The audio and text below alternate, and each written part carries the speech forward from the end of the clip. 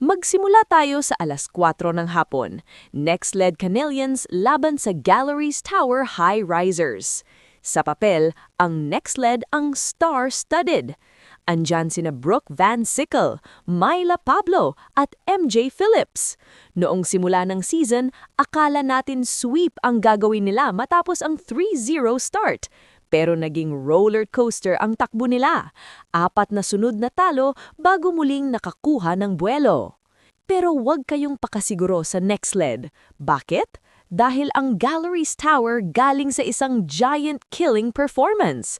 Pinatumba nila ang Capital One sa straight sets at ang confidence level ni Jean Assis at Aiza Pontillas nakatodo ngayon.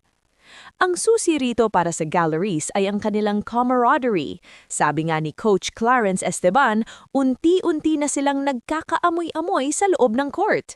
Kung magagawa ni na Rosel Baliton at Gail Pascual na ma-disrupt ang depensa ng next led, pwedeng-pwede nating makita ang isa pang upset. Sa panig naman ng next led, kailangang maging consistent si Brooke Van Sickle. Hindi pwedeng siya lang ang bumuhat. Kailangang mag-step up ng support cast para hindi sila masilat ng high risers.